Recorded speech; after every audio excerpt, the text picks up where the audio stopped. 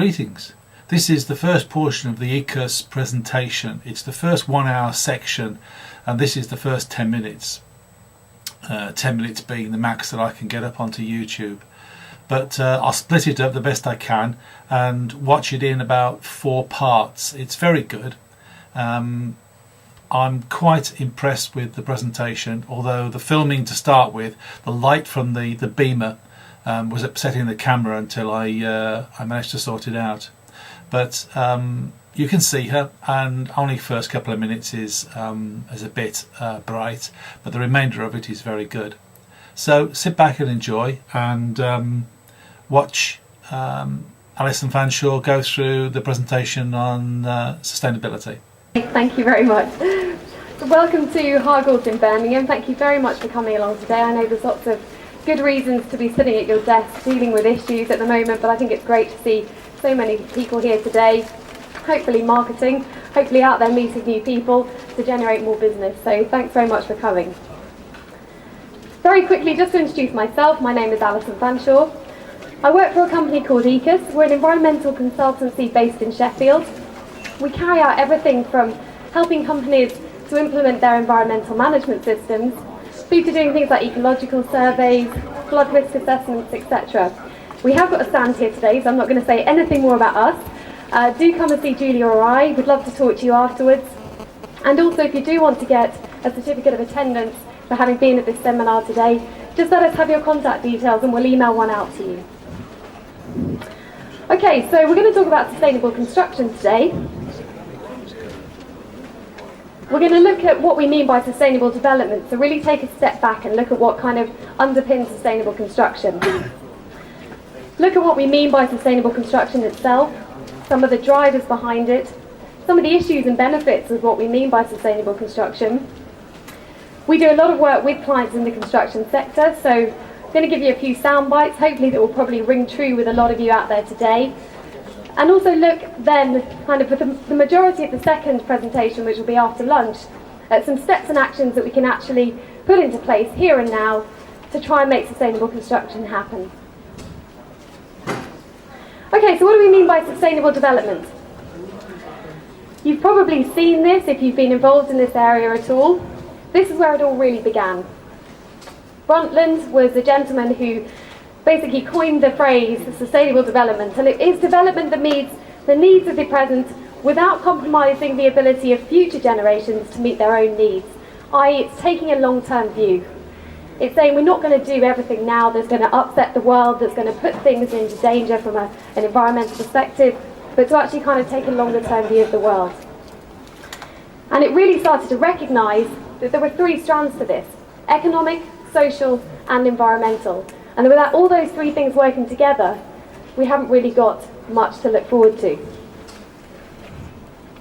So how does this translate into everyday life? Well, economic development. We obviously want to be financially healthy. We're obviously in a difficult position right now, that's not always the case. But we know that if we develop and create wealth, then hopefully that will improve our quality of life. And probably a lot of us, in some form, believe in the distribution of wealth. But what about the environmental and social issues? On the environmental side, as a company, as an organisation, you might want to look at what you can do to prevent further degradation of the environment.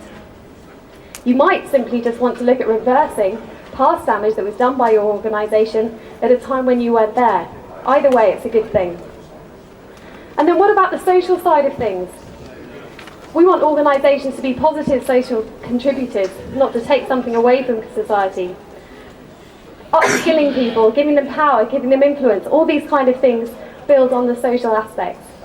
So bringing all those 3 things together gives you what's now been coined as the triple bottom line. You're not just thinking about profit, you're also thinking about what impact you're having on the environment and on society.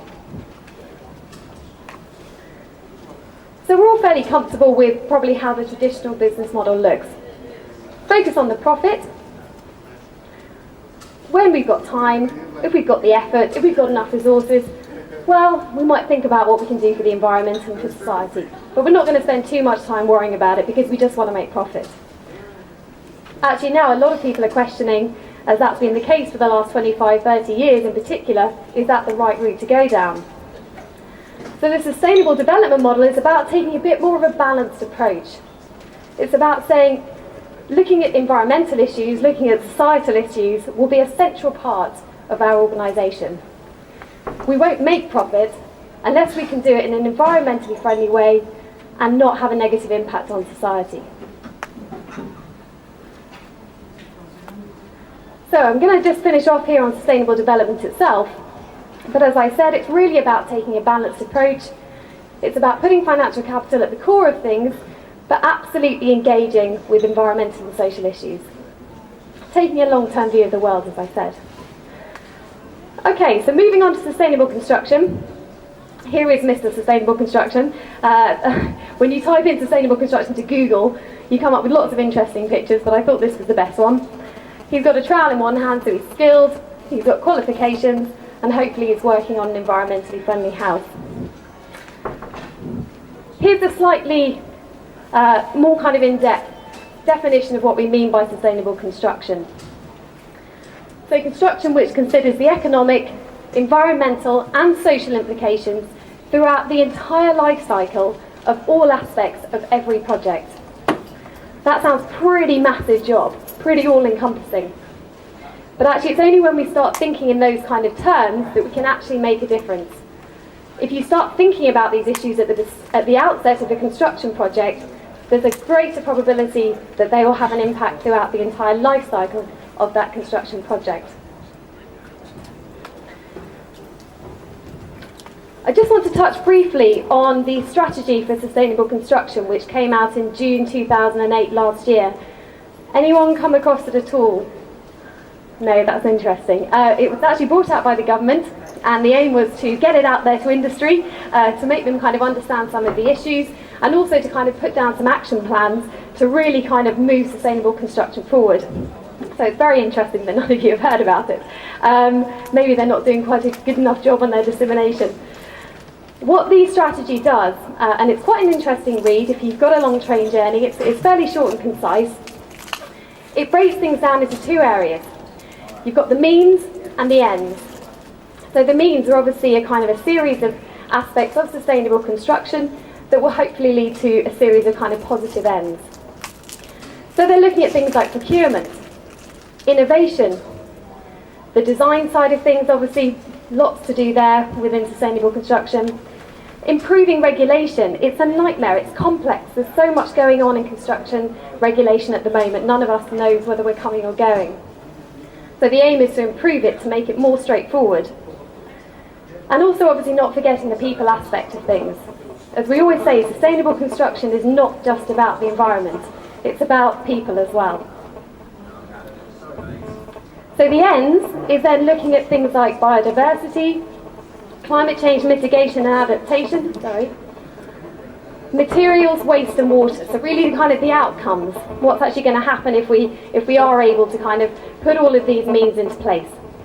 I say it is worth a read if you have got a chance, and I will come back to it later on as we talk about specific areas of sustainable construction. So some of the aims of the strategy: providing clarity to business. Well, they're obviously not quite doing that, by bringing together diverse regulations and initiatives relating to sustainability. Like I said, it's such a complex nightmare out there of legislation. We have conversations with clients every day going, I just don't know which direction I'm meant to be going in. I want to be more sustainable, but every time I try and do something, I come up against another issue. They also want the industry to commit to higher standards to help achieve sustainability. And they're asking for those commitments to be very specific, and they want government to make it as well as industry. The government do want to kind of take a lead in this and say, yes, we are going to engage in sustainable construction policies and techniques.